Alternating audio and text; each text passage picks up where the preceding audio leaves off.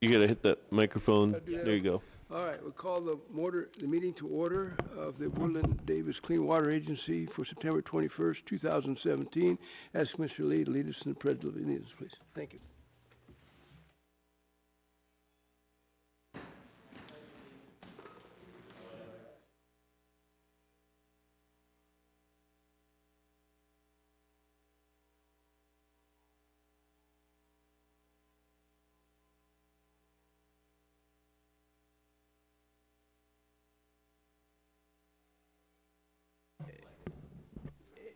At this time, we have the roll call. We have all members present with the exception of Mr. Barajas, and he may show up a little bit later. Is there any public comment items that are not included on the agenda that people may wish to speak to? Seeing none, at this particular time, we would like to kind of approve the agenda. Is everybody okay with the agenda, or do we have to make some additions? Move approval. Been moved in a second. Second. On the agenda, so agenda, all in favor, signify by saying aye. Aye. Aye. Agenda is approved. At this time, we need to move into a closed session. So we would adjourn to the closed session room, the secret hideaway. And so everyone is welcome. Thank you.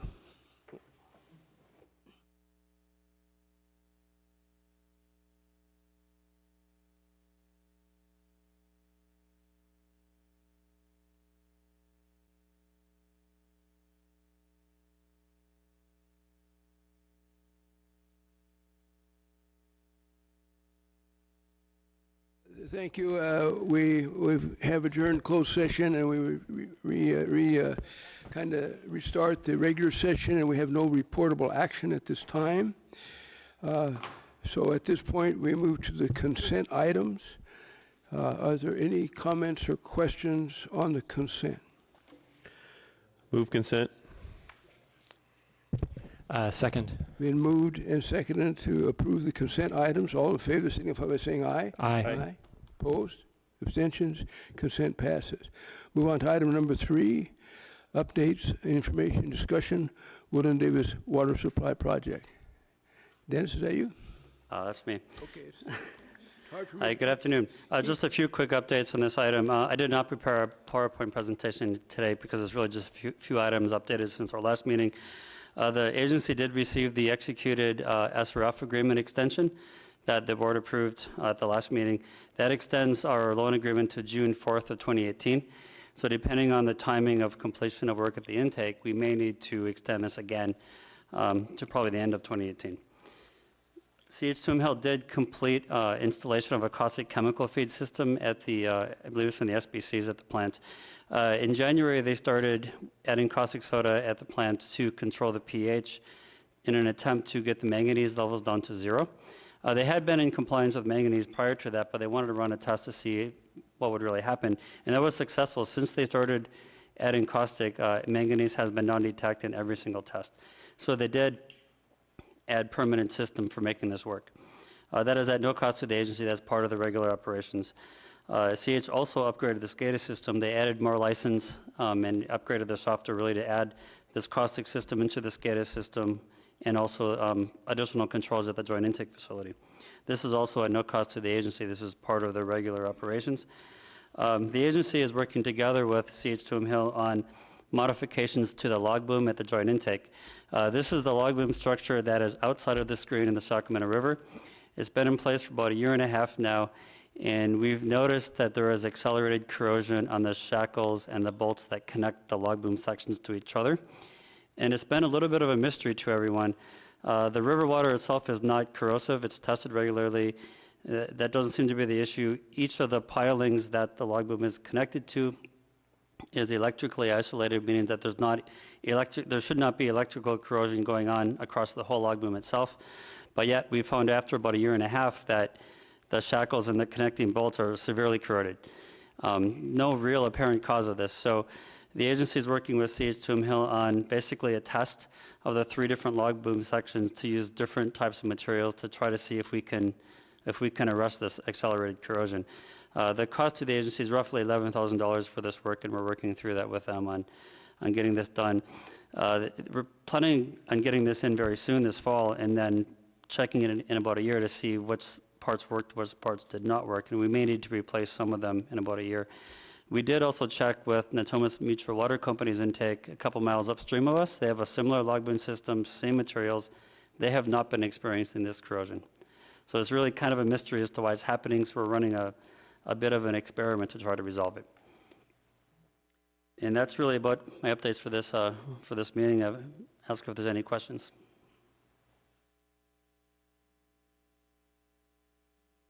Any questions, anybody? Anybody from outside? Kim, you have any questions? Okay, good. Thank you. Okay, let's move on to item number 4 then, please. Okay, I'll turn this over to Dennis. He'll do a presentation on several different items related to the joint intake completion project. As at the last board meeting, we had received authorization to bid the project and attempt to get the construction project completed this fall. That is being delayed a bit. And related to pushing this back a few months, there's several other issues that have come up, so Dennis will go over those. Thank you. Thanks, Tim. So in your board packet, you do have a staff report that updates the board on the status of the construction project and also talks about paving on County Road 117. And in addition, as Tim just said, there's been a number of other issues that have come up recently in meetings with the county and neighbors out at the site, and so I'll update the board on those as well. So just by way of reminder, this is the completion project involves removing the existing conduit that runs under the levee from the river to Conaway's main canal. The intake itself, which is shown right here, has been removed. So we're talking about the buried conduit through the levee. And the challenge with this project is, well, before I go there, the red line kind of demarcates the two different activities that need to take place. On the canal side, this portion of the levee, we're going to grout the levee, which means we're going to basically pump concrete into the roughly 5-foot diameter conduit and seal it off. On the river side, we're actually going to remove the conduit. The project is challenged by the fact that we have very narrow construction windows. To do the grouting work, that work can only be done between February 1st and April 15th, or the months of September and October, to avoid impacting farming operations on Conaway Ranch. On the riverside, we're constrained by permits, and we can only do the work on the riverside between April 15th and October 31st, weather permitting. And weather permitting is a major driver and determinant into when we can actually do this work. If it's raining significantly in February and March, we're probably not going to be able to begin the work on this canal side during that period of time. It may have to be deferred until the second window. So we've put together a draft schedule for completing the project. As Tim mentioned, we did get authorization from the board to begin the bidding process. We're in the process of finishing up the plans and specifications, and we're looking at a bid period of October 31st through November 29th of this year. We're looking at issuing, once all of the paperwork is in place, issuing a notice to proceed in January 15th of 2018. Construction from January 15th through October 31st, but again, very highly dependent on the weather. If we get a mild winter, you know, that full construction schedule would not be necessary. Final paving, if we have a relatively wet winter and a lot of the work has to be done in that second construction window, would take place September 9th through September 30th. To talk for a minute about paving, we've got a number of inquiries from the public in the county regarding the final paving of County Road 117. Final paving cannot be installed until the conduit removal and grouting operation is finished and the final grading is finished. And that's a key point is that the grade of the road now, the elevation of the road now, is going to change when we go through this completion project. So we have to wait until that final grade is in place before we can do the paving. We have to do the grouting and the conduit removal work before we can do the final grading. So as indicated in the staff report and as sent out in a letter recently to the county, both RD 2035 and the agency have committed to maintain the existing gravel roadway in a safe condition until the final paving can be completed. We've also gone out just this week and done additional weed abatement and site cleanup to make the site as visually attractive as we can in this interim period.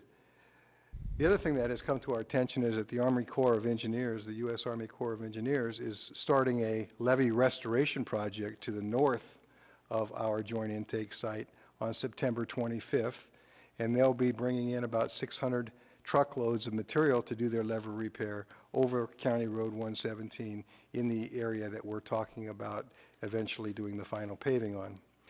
We've also gone out and gotten some estimates on what it would take to do some temporary paving, realizing that if we put temporary paving down, if we could put the temporary paving down, it would be torn out next spring when we do the actual construction work.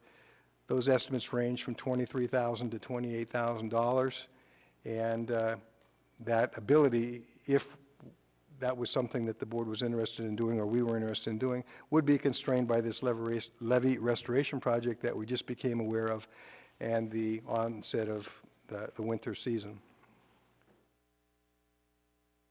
So there's a number of issues that have come up recently regarding the completion project and the joint intake. So I thought I'd just take a few minutes and kind of update the board on each of these issues that have come up and what we've learned in investigating them. There's been a question raised about the existing conduit having a leak, and does that impact our completion project, or does that pose an issue this winter? RD 2016, which is the reclamation district to the north of our joint intake site, has asked that they be able to use a portion of the site for a long-term staging area for flood response activities. An issue was raised by RD 1600 about culverts along County Road 22 that are no longer functioning and potentially blocked sometime in the recent past. And then finally, a number of levee stability issues. So let me walk through each of these quickly. With regard to the leaking of the existing conduit, we had this issue investigated by our engineer, West Yost, and they concluded that the leakage is minor, that the leakage will not be adversely affected if we have another wet winter, and it will also not impact the flexibility of our completion project schedule or ability to perform that work. So this is actually a photo of the conduit as it daylights on the river side of the on the river side of the levee. There's very minor leakage. This is a picture here. This area is wet, so it's not a large leak that's taking place. And so I think with West Yost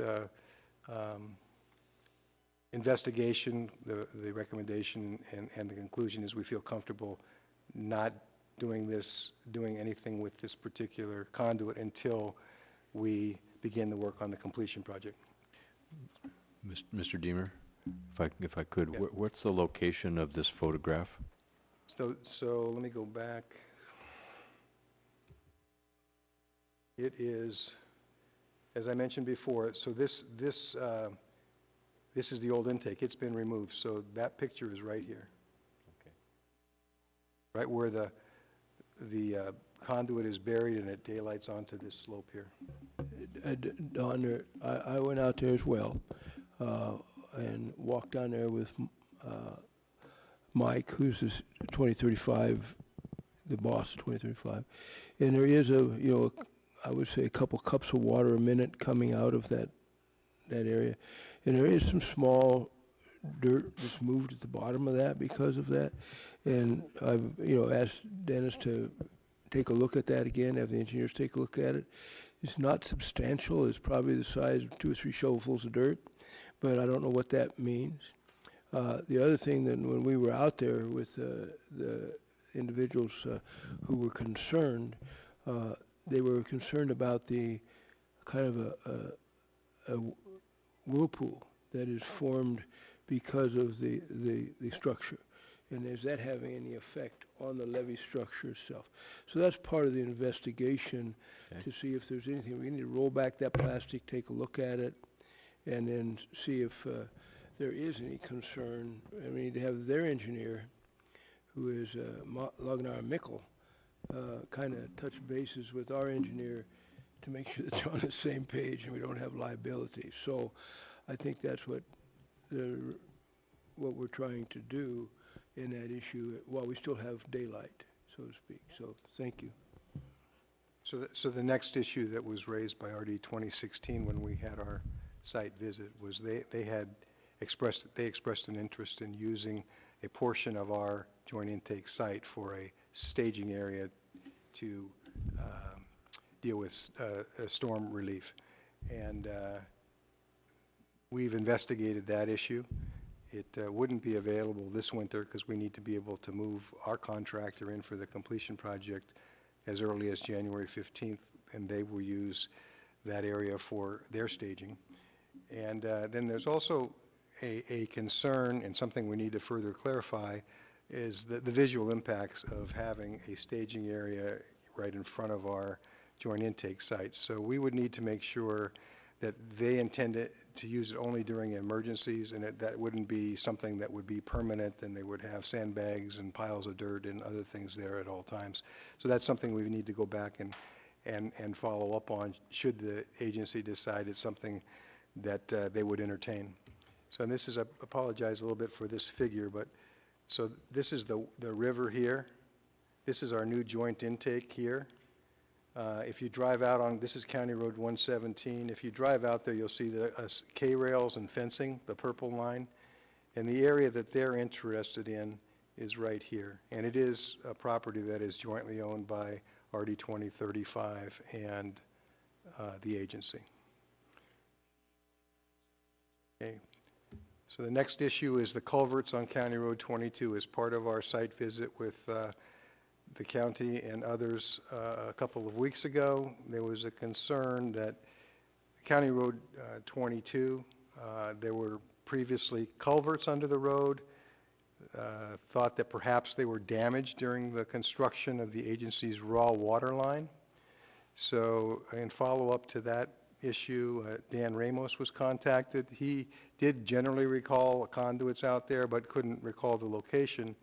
We did have a very good conversation with Yolo County staff, and county staff was on site and inspected the installation of our raw water line.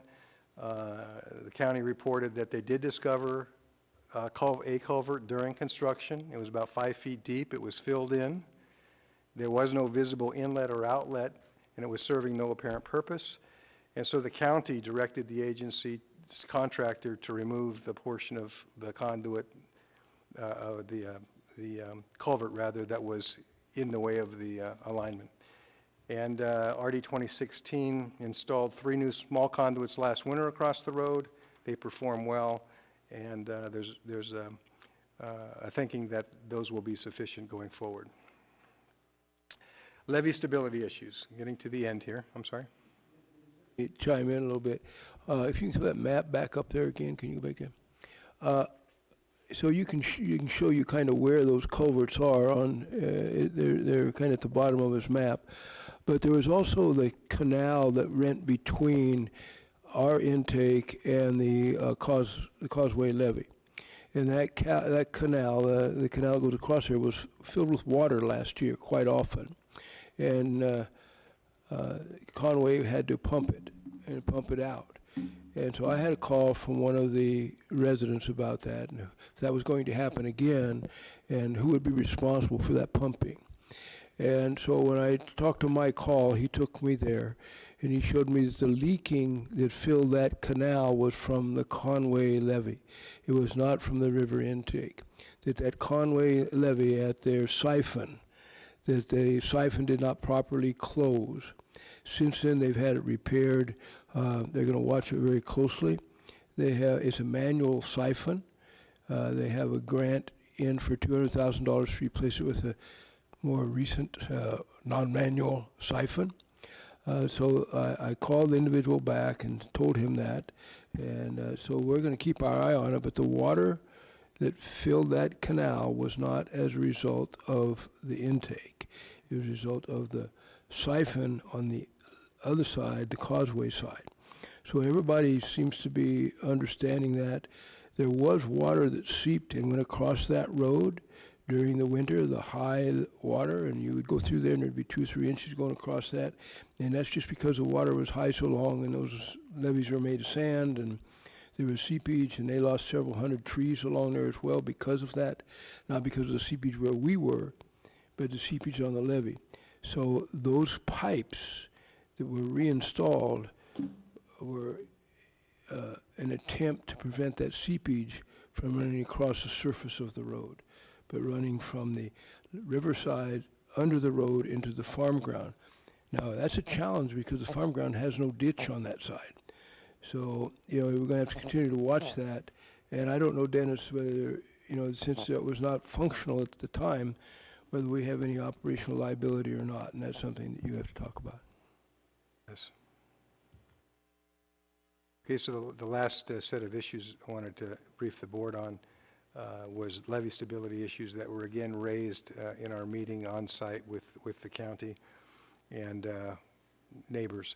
And there was concern that the joint intake project impacted the overall height of the levee. We've taken a preliminary look at that and determined that construction did not affect the overall height. We're going to continue to do a little more investigation and confirm that. Chair Davies mentioned the suggestion that the joint intake created a new eddy in the river that would potentially erode the bank. Actually, we took a look at that, and as it turns out, in order to get the joint intake project permitted, we had to do extensive detailed modeling of the river with the joint intake simulated being present, and that modeling showed that the eddy is a very low velocity and not sufficient enough to cause erosion of the bank. And then finally, there is a question was raised about the erosion potential of the slope between the levee and the river at the existing conduit. I'm going to go quickly back to this photo here. And when they took out the joint intake, this slope right here, they used they came down off of this road and they exposed this area here, and so there's concern that slope would erode this winter. This is a picture of what it actually looks like. This is the county roads up here and the river down here, obviously. Right now there's black plastic out there, and there's some concern that that's insufficient protection for erosion. So we did take a look at that situation of erosion potential.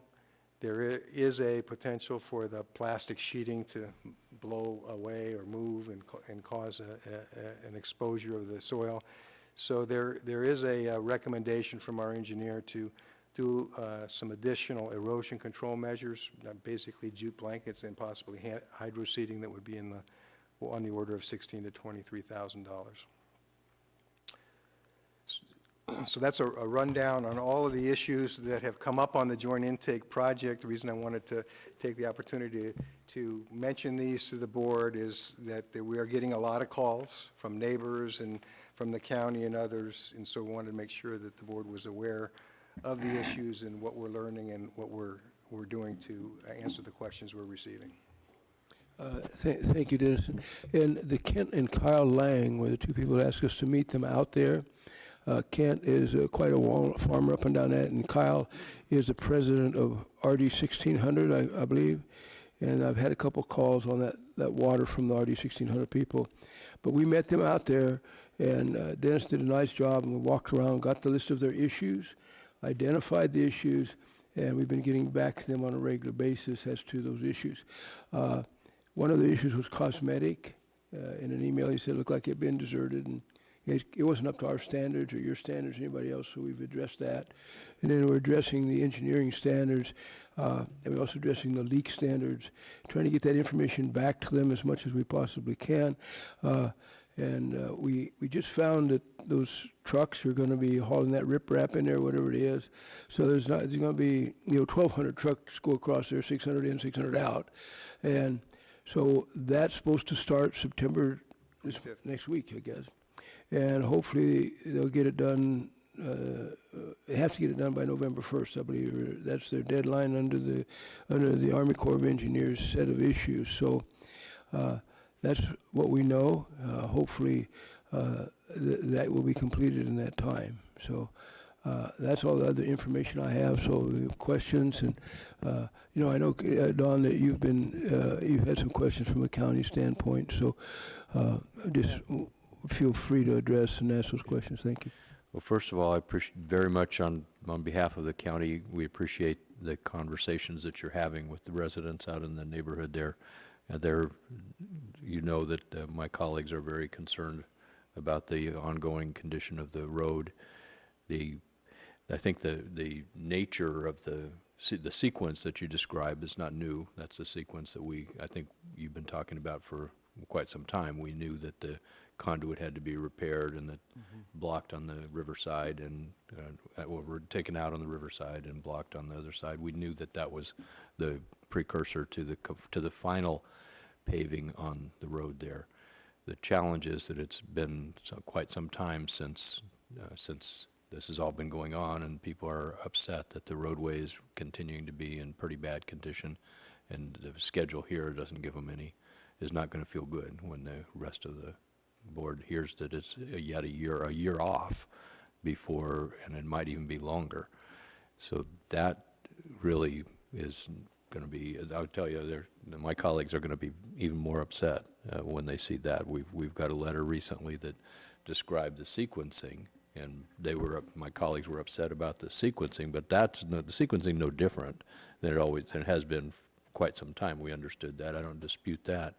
The problem of just waiting for a year is going to be significant impact for the folks who live up that way. They're upset that the roadway is unserviceable, and they have a point. Of course, many of our roads around the county are equally challenging. This one, for $25,000 to do a temporary fix through the rainy season, makes sense to me that this agency would do something like that, because you're going to buy a whole lot of goodwill, and I think we've spent more money on a whole bunch of other things along the way, including the potential to do some fixes that we're talking about right now. So this is not a lot of money to do that. The complication of the riprap installation that's going to continue to damage the road makes that a little more troublesome than we would want. But my question to all of us here is, at what point could we do a temporary repaving, understanding it wouldn't have to be even that significant, but just put the road back in some kind of condition, because this is dragging on it's a year past already, and we're going to look at another year before it's going to be completed. So that's a long time. It's not a lot of money. Why don't we do something? Can I ask Go ahead. Can I ask a question? Have you heard, Dennis, anything from the Army Corps of Engineers on whether or not they are committing to any road restoration? And would there be any possibility of sharing costs for temporary paving, since they are further tearing up the road? We have not had conversations with them. My experience in the past is it would be difficult to get their attention in the short time frame that we have on that particular issue. We could certainly try, but I think their position would likely be that the road was already in the condition it's in when they took over, and that their Right. additional damage would probably be a fraction of any cost going forward. I think maybe even just having that outreach to demonstrate the good faith in looking at all options from the agency's perspective and trying to get cost sharing and provide relief for people who are out in that neck of the woods. Just a thought. Okay, good suggestion. I might just add, Supervisor Saylor, you know, I think it was everybody's intent to have the project wrapped up this year. Right. And I think we tried very hard to get the project bid and under construction this year.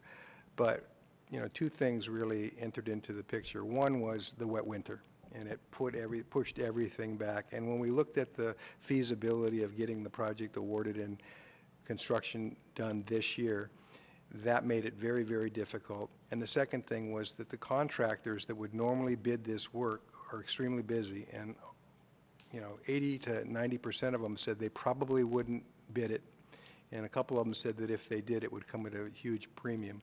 So we didn't think it was in the district's best interest to try and push a project forward this year, given all of the risks that are inherent with it and the weather dependencies that exist. We thought it was better to continue to maintain the road in a safe and passable condition until we could get to a better project next year. Look, that's clear enough. Over the course of this project, we have expended substantial amounts of money to achieve goals. We had temporary solutions in place to meet timeframes that we otherwise would have missed. It costs millions of dollars to do that. We're talking about a very small amount to do a partnership effort here with the community that has actually lived through all these delays with us. And I don't think it's an unreasonable request if we could work out a temporary solution because otherwise we're waiting another year. I'm going to go back on Tuesday to the Board of Supervisors, and in our board reports, I'm going to share with them that after further examination, we've now got the construction timeframes that will guarantee that road is not going to be completed until after October 31st of 2018. That's going to be an interesting thing to share. Without the context that you're sharing with me here, it's not an easy story to tell. Don, I want to support what you're saying. I want to clarify a couple things. One of your colleagues told me he had no complaints at all, but when he showed up in a meeting, he was kind of, in a 2x2 meeting, he was not very pleasant, but it's okay, I can deal with that. The other colleague of yours said he had numerous complaints. So we are in the process of identifying those people who complained, and one of them was the Langs, okay, big, and he's the one who's got 600 trucks. And there are two other residents that actually live on that road. The rest of them are leased and rented properties. So we'll be in contact with those. And I think the other piece that Dennis is saying is the contractor did a very, not as good a job as we're doing now with filling the potholes, putting gravel. I was out there the other day, and somebody went by me 55 miles an hour. I mean, it was, the road's not unsafe, and it's not unflat. The second thing that your county is supposed to do, not your county, the county, there's an issue as you get closer to the railroad tracks. There's when you see the railroad tracks going across the road, there's a concrete base that they always go across. They don't go across blacktop.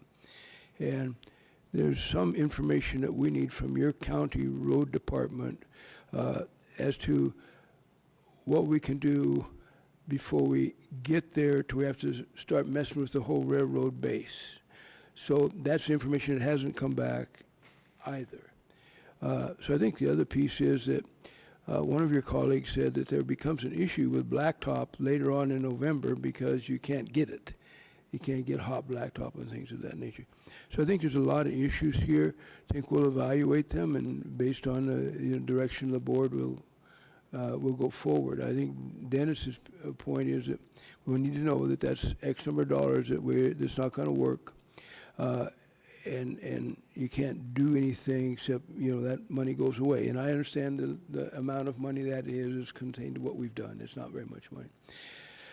But Dennis, I had a question for you, and that is, if you look at the picture that you put there up on the deal, if you went ahead with the bid at this point in time and completely redid the road and to the standards of the county and everybody else. And then you just went like we do in Woodland and Davis, and the PG&E comes in and cuts the little piece out that they need to replace the pipe, and then put it back and pave over it. Has that option been evaluated? Yeah, we looked at the option, if I understand the question, Chair Davis, is there a way that we can do some of the permanent paving now and then come back and repair that next year? And the short answer is no, because of the heavy truck traffic that we're going to be introducing next year to tear down the levee and do the grouting. So the experts suggest that that's not a good plan. We'd be better off either maintaining the existing gravel road, which is the proposal now, or adding some temporary paving over the gravel section. I have a second question. On my ride down the levee with Mr. Hall, we talked about whose responsibility is it to maintain that road between now and when the final fix is done. Is that a shared responsibility? I know they're sharing the responsibility now and they're taking responsibility for grading it and so on and so forth. Yes. But is there a difference of opinion as to if we spent $23,000 or $24,000 as to what half or what percentage would belong to us? We have not had that conversation yet with RD 2035, but the board will recall at our last board meeting, you approved the second addendum to the diversion agreement. And in that agreement, it very specifically says that the RD 2035 will take over responsibility for the maintenance of the road until the permanent project is finished. And the agency will take over responsibility for stormwater control measures, and that we will split the costs of those two activities 50-50. Thank you. I'm not sure they've read that, so you might want to go back and make sure that they understand that. So anyway, so I have no further comments or questions. Skip, I'd like to ask that clearly there's a lot of conversation going on. There's a lot more to be had, and there are a lot of different ways of skinning this. But if we don't see something happen between now and a year from now, 13, 14 months from now, then I think that's going to be a continued source of friction, which I don't think any of us want. So one thing we could do is the board could authorize a contingency amount of $30,000 for ongoing maintenance and looking for a solution for something that might happen on a temporary basis between now and 13, 14 months from now. And we don't have to solve, I don't think we can solve all the aspects of the issue now, but I think if we at least set up a potential for solving this issue or addressing it, I think that would go a long way. So What would the timing be for this asphalt overlay if we were to pull the trigger on it? I think that the actual installation of the overlay would not take that long, a few days, maybe a week or so, but the Would it be a week, A week. an upcoming week? Like, Well, the challenge is we couldn't get in there, won't be able to get in there and put that temporary paving down until these 600 trucks that are associated with the course project is finished.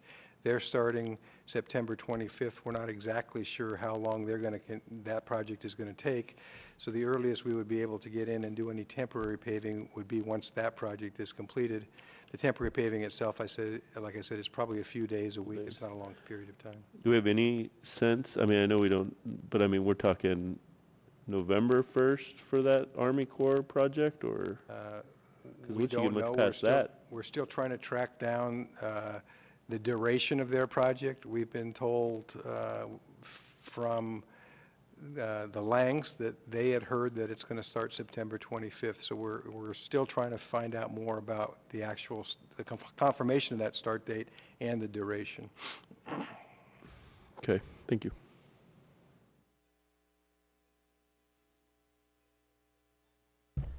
Do we have an interest in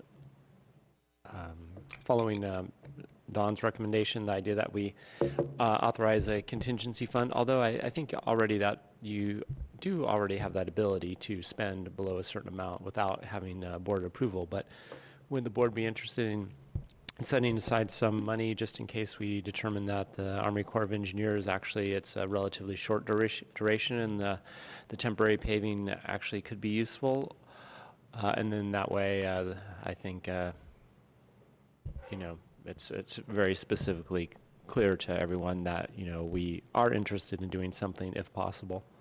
So I'm prepared to make that motion at the number that Don suggested, which was $30,000. So moved. I'll second that for the sake of discussion. Yeah, I think there's some other people that need to be in the room. I don't support that motion at this juncture.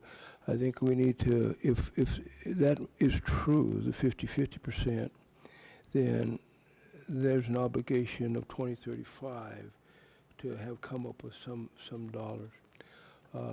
And that's my expectation in making the motion, that that was a not to exceed number. I mean, we could make the number not to exceed a lower threshold, and I would be comfortable with that, but I want to have the capacity to do it if need be. But I fully concur with your sentiment that that if the responsibility is indeed shared, it needs to be shared, and that would be part of the procedure for this. I just want the ability to do it before our next meeting if possible, and I want to send that clear message from this board that we're granting the authority to do it should we have the opportunity to do so over the next couple of months. I don't anticipate that the cost to us would be that 30,000, but I think it provides us with ample So I authority. I think the idea is that sort of in staff's best judgment. I mean, this isn't, please do this. Right? It's really, given all the variables, some of them we'll figure out, and at some point it doesn't make sense if the Army Corps of Engineers finishes sooner than we think, then maybe it does make sense. But just clearly kind of specifying, you know, if it does make sense, please go ahead and, you know, up to this amount, and taking into account Skip's very legitimate concerns that we're not sort of the ones paying the full amount if we are in fact supposed to be sharing the cost of maintenance. And I have another concern. I think that I kind of believe that there's only one or two people that are complaining. I don't think it's a raft of people. I think one of them is the Langs. And we now have the addresses to go talk to those people to see if that is really an issue, which I'm not sure it is. And I also felt, and the reason my back gets up a little bit, that in our 2x2 meeting, the county kind of took the position that, hell, we'll do it ourselves, and we'll just come after the money for you.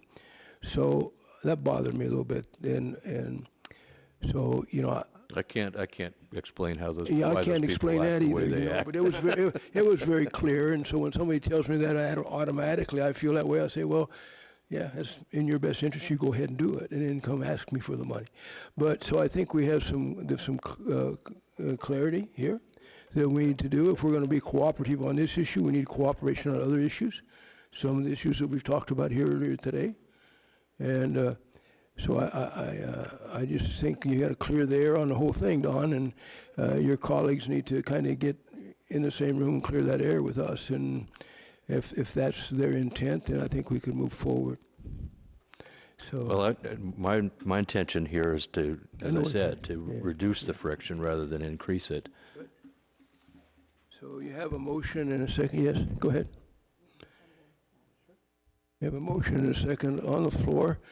Any further comment? Well, actually, before you call the question, any additional thoughts, Will, given kind of the comments of Skip? Well, more on the clarification front, and it looks like Bob has something to say too. But I mean, we talked a lot about the motion, and it seems a little bit still amorphous in my mind. I mean, we're granting some spending authority that you may or may not already have. We're sort of giving direction, which leads me to believe possibly a formal vote isn't, the direction might be enough, really.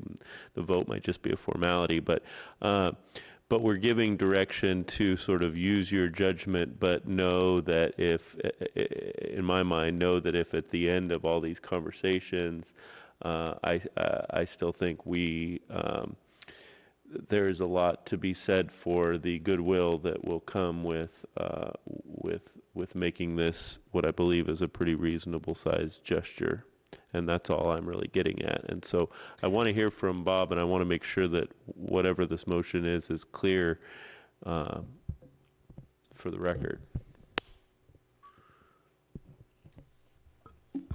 Listening to the conversations, I don't have any firsthand knowledge of the details. Dennis and the team have been following the county road issue, but the thought that I haven't heard Dennis speak to, and I'm sort of asking through the chair if Dennis can answer this, because I'm hearing a fiscal conversation here, and I'm wondering if not doing some temporary paving now for hopefully a nominal amount of money, $30,000, might lead to a 50-50 share on ongoing maintenance at a higher cost to get through to next summer for the permanent repairs.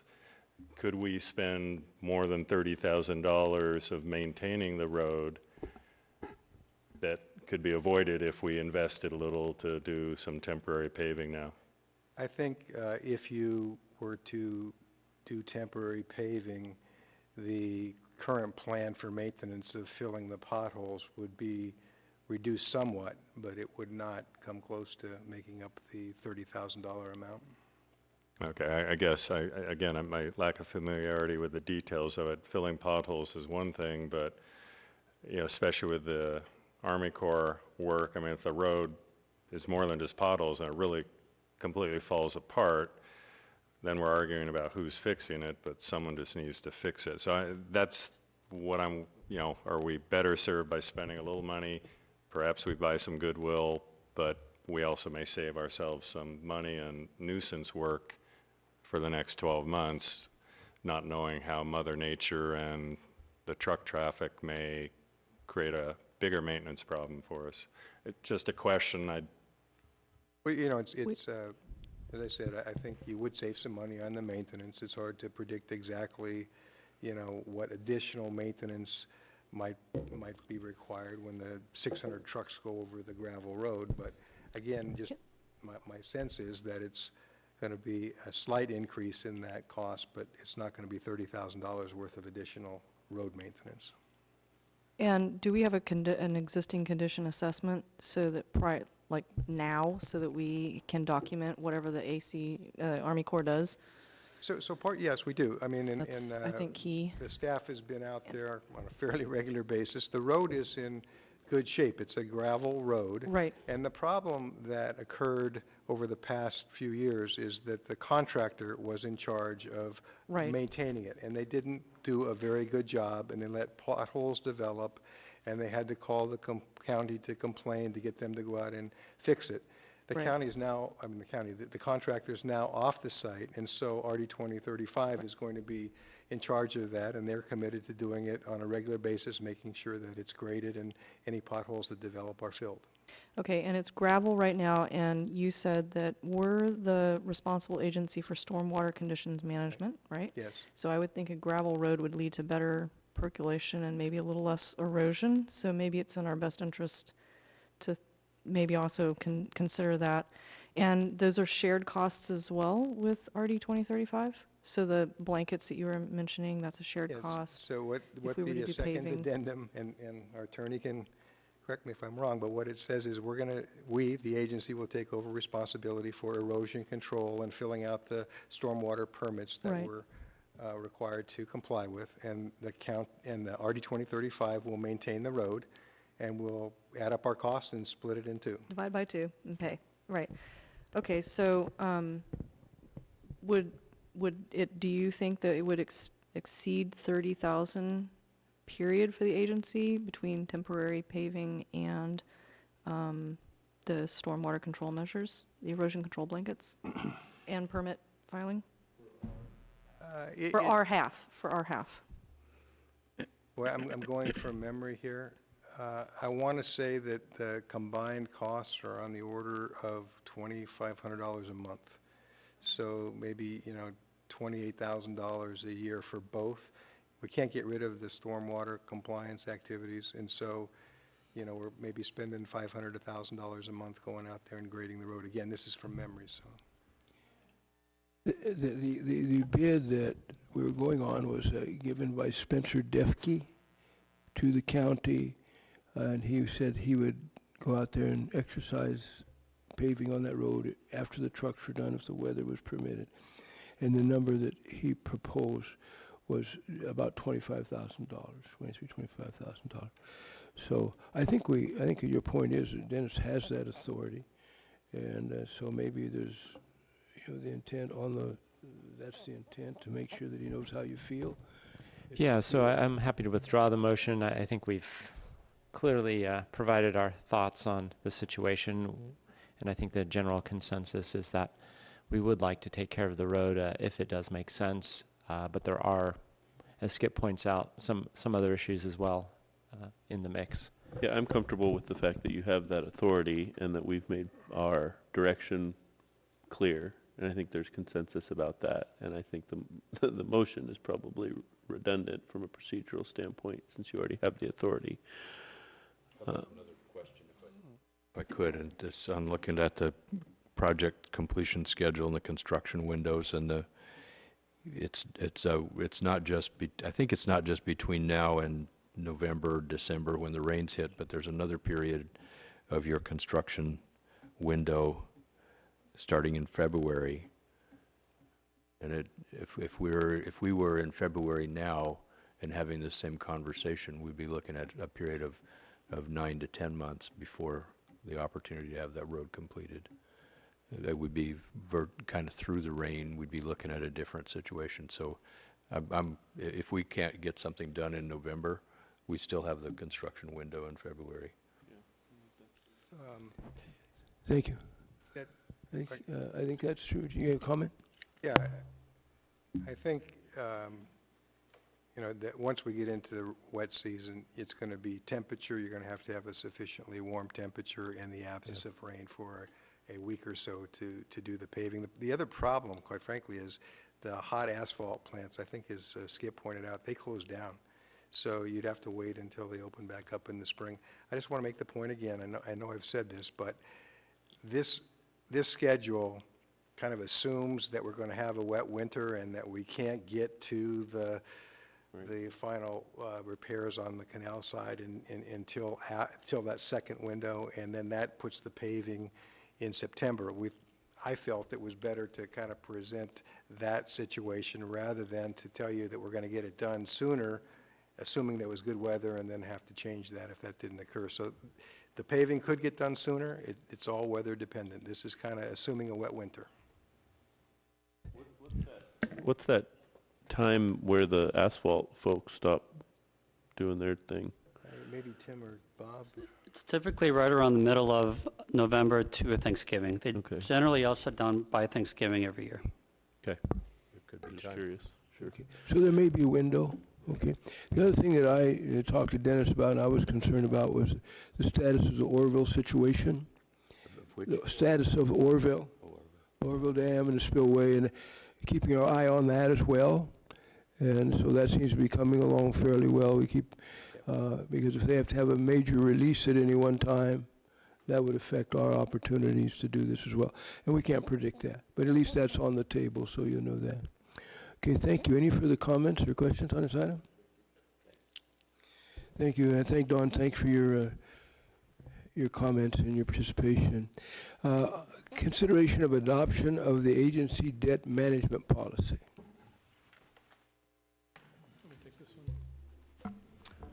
I'll take this item. Agenda item 5 is a precursor to agenda item 6. And what happened is last year the legislature adopted a bill, SB 1029, that requires local government agencies to adopt a debt management policy containing the elements required by the new statute prior to issuing any debt. Agenda item 6 will involve the issuance of new debt, and therefore, before we proceed with that, we need to have the board consider and adopt this debt management policy. It's been prepared by your bond counsel with Best and Krieger, who also are the attorneys for both of the cities. I also have reviewed the policy and recommend approval. Any questions about the details of the policy? I'd be happy to walk through it, but not sure you want to get into how much detail you'd like. Any questions or comments on it? Any recommended action? I recommend approval of the policy. We have to wait for another vote. Oh, you're right. I just noticed. Okay. So you have any questions, Brett? No. So I don't think we can do that until Correct. we have someone in the room. Okay, thank you. You want to, yeah.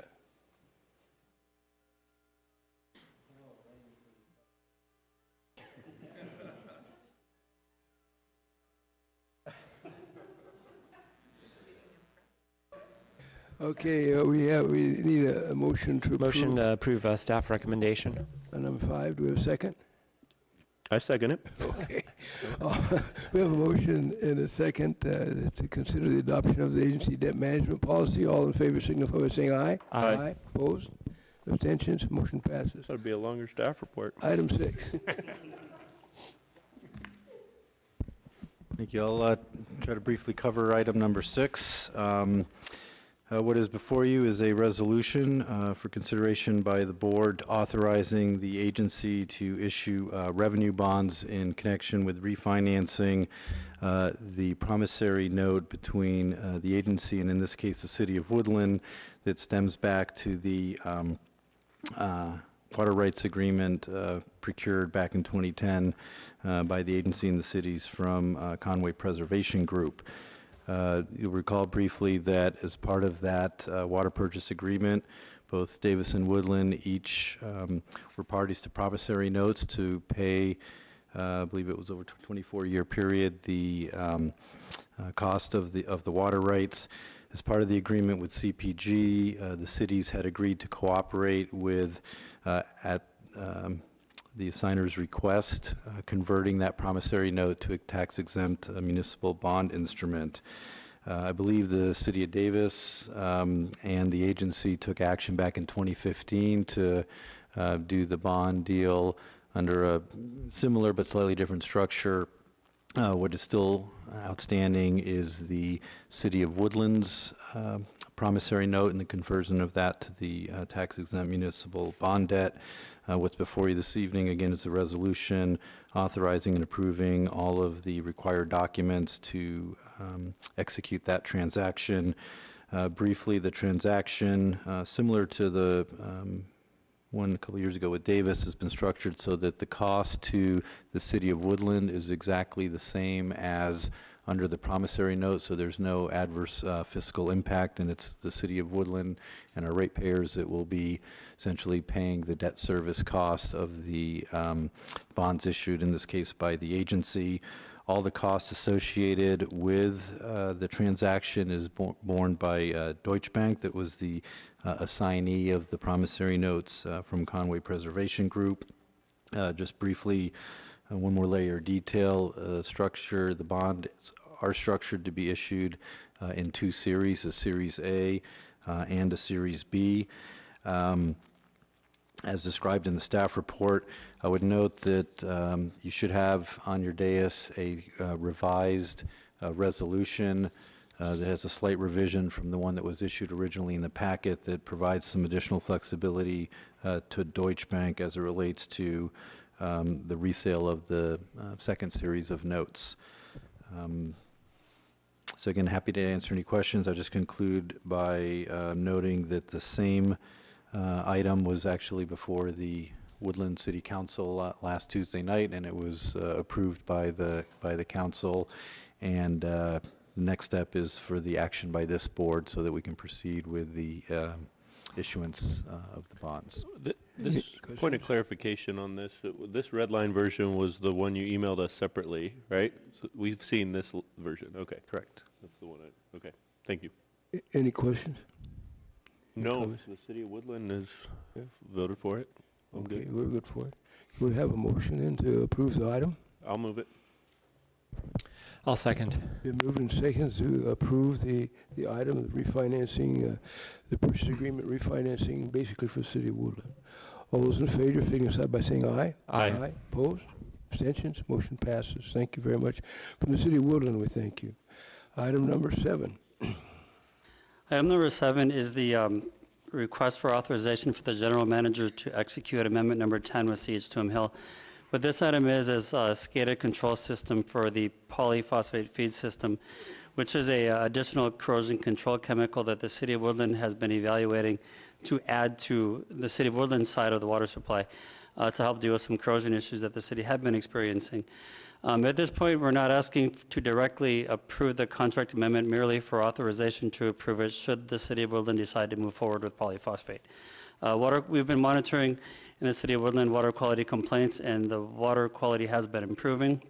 And at this point, the city of Woodland would like to take a few more months and continue to monitor prior to deciding whether or not to actually do polyphosphate. And at that time, we would execute the amendment for the SCADA control system.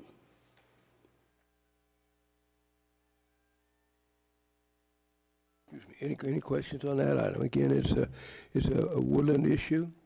We're going to pick up the tab when we have to do it. So the recommendation is listed here. Is that correct? Yes. Okay. Any questions? Going to have a motion, No, please? straightforward. So moved. Skip, do you want to second the motion? Yes, Since you're, I'll be happy to second the motion. Yeah. you're I a just wanna let representative you from guys run the Woodland. meeting here, so moved and seconded. Any further questions or comments? All those in favor signify by saying aye. Aye. Opposed? Abstention? Motion passes. Let's go on to the long-range calendar. Yes, the long-range board calendar, there's not a whole lot going on right now until the next board meeting in January, right now scheduled for January 18th, 2018. At this point, the only items we have on there is a status update and then also a mid-year budget report. As we get a little bit closer, we'll look to see if there's new items to add to that. We'll probably have a treasurer's report. I think we're a meeting behind on that, so we'll get caught up. Any further comments on the calendar? Yeah, I have Yeah. something maybe that maybe we check with our colleague in terms of what time of the meeting might be more convenient, or whether this was sort of a one-off in terms of him not being able to make it. But I know that sort of ever since I've been on this, it's always been 3 o'clock, which may or may not work. So at least, you know, we should at least, I think, ask, right? Because we do have a couple new members on the board, so finding out what's convenient for them. I would hate to think that if I were stuck in traffic that we wouldn't have had a quorum this afternoon. So that's my only comment regarding this. Yeah, I'm free all the time. So. So I guess that leads me to a procedural question that came up when we had a motion on the table that looked like it may be potentially a 2-1 vote. What happens in the case of a 2-1 vote when there's a member absent? Do we need 3 to pass something, or do we just need? Yes, you do. You You need 3 affirmative votes to That's what pass. That's what I was thinking might be the case. Yeah, So, 2 to 1 would not be a So pass. anytime there's a member missing, we need to be unanimous, correct? Correct. Okay, and then if 2 members are missing, we don't have a quorum. Correct. Okay, thank you. Unless it's Skip. I do that.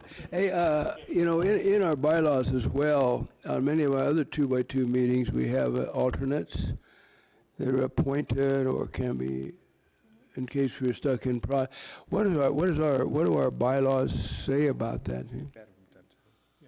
Yeah, you do have a structure that allows for alternates. Yeah, I'm not sure if each city has appointed one or not. We have not, but we maybe should make that a formal appointment, an alternate from each city to help might be a good alleviate idea. that. But then I think also the time question is still valid, so if it's 4 o'clock would be better or something at that time.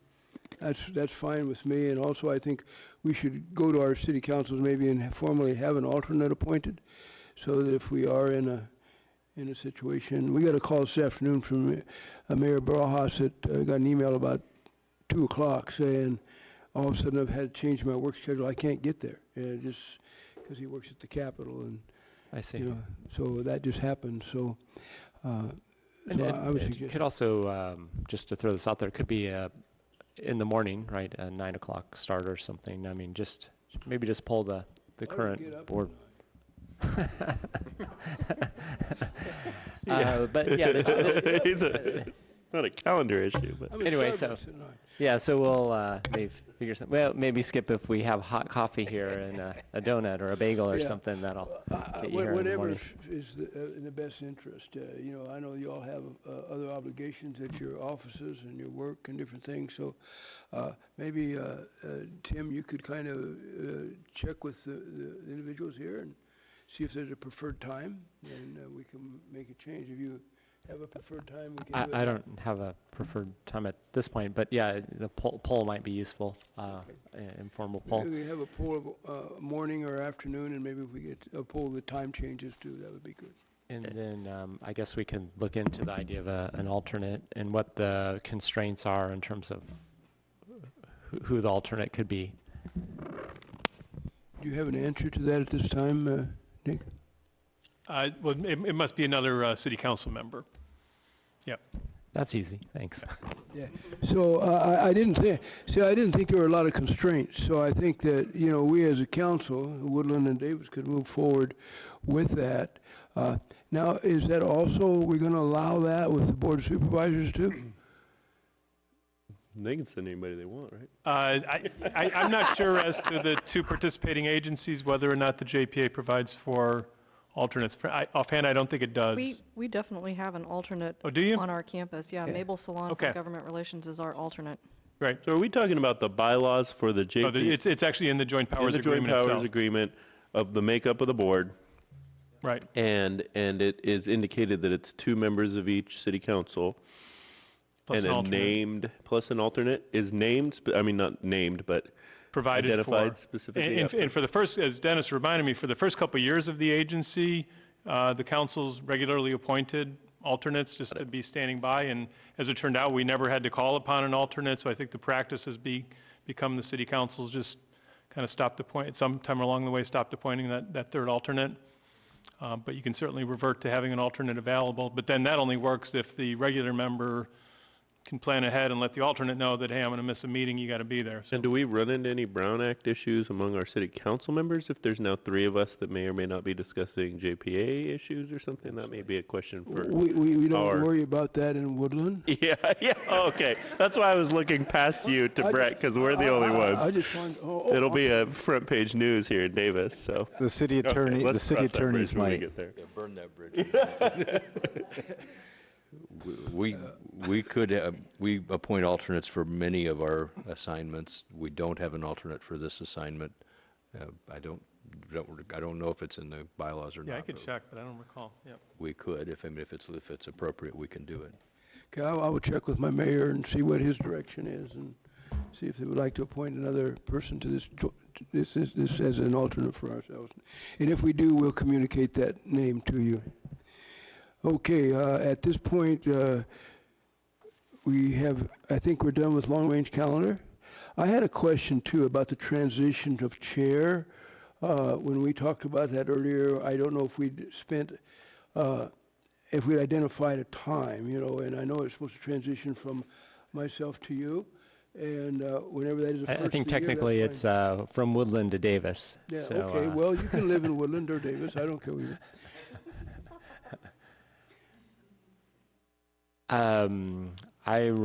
My thoughts, and my colleague is just a couple seats away. I remain flexible in terms of when that transition occurs.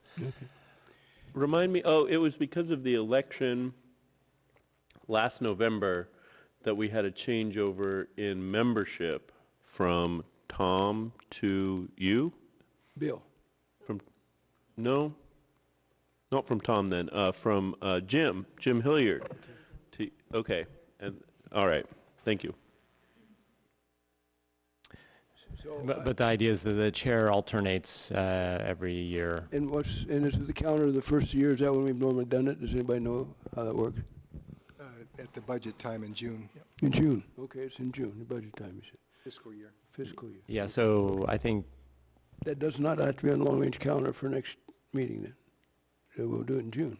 if I recall correctly, I think the idea was it was going to occur last June. And so so we've extended the time that Woodland is the chair of this body for a little bit. Again, I remain flexible in terms of when that transition occurs, so maybe we can talk about it at the next board meeting as to when we'll want to have that transition occur. Very good, let's put But that I in. think in terms of, in the long run of this entity, it probably is good to sort of adhere to sort of the policies as set out originally. So I think the idea of that it transitions from one city to the other on a regular basis is, I think, a good idea in the long run. Agree. So what did you say? So I guess technically we're sort of under a long-range board calendar. I think that might be a good item to discuss at the long-range board calendar in January. Okay, And during, so the idea would be that there would not be a change yet, and then we'll figure out when the change will occur at that board meeting. very cool, good. Okay, yeah, are you okay with that, Will? Okay, let's move on then to correspondence. Do you have any correspondence? There's one letter of correspondence that was sent out to, by the agency in early 2035 in relation to completion of work at County Road 117. I believe you've all seen that. I don't know if you have any questions at this time. Any questions for Tim? Seeing none, is there any additional correspondence? Okay, let's move on to Technical Advisory Committee. Any report from the Technical Advisory? Dr. Craig, I don't think either of us have anything to report out tonight. That's a great report. Any other board member comments? No. Okay, at this point, we're open for a motion to adjourn. So moved. Second. But moving second to adjourn at this time, all in favor say aye. Aye. Meeting adjourned. Thank you.